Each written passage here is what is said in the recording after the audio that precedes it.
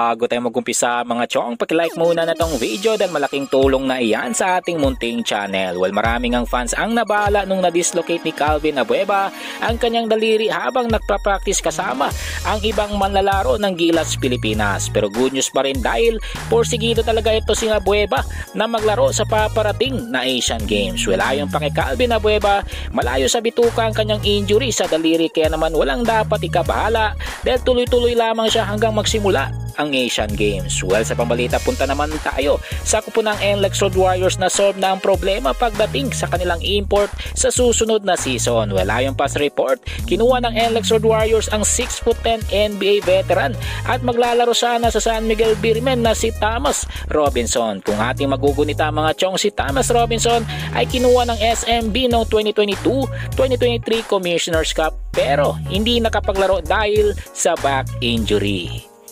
Ang muli sa ating balita mga chong, patungkol naman sa defensive specialist ng SMB na si Chris Ross na hanggang ngayon ay love pa rin ng SMB management. Wala yun pa sa mga insiders, kahit loaded na ang guard position ng SMB at kahit makuha pa ng San Miguel ang Philem rookie na si Stephen Holt ay hindi iti-trade ng San Miguel Beermen itong si Chris Ross dahil afford pa ng SMB na i-trade ang injury prone na si Terence Romeo o di kaya si Simon Enciso. Well mga chong, nandito na lang ang ating balitang PBA. At syempre, huwag kalimutan mag-subscribe at i-like itong video bilang pagsuporta. So this is Channel B once again.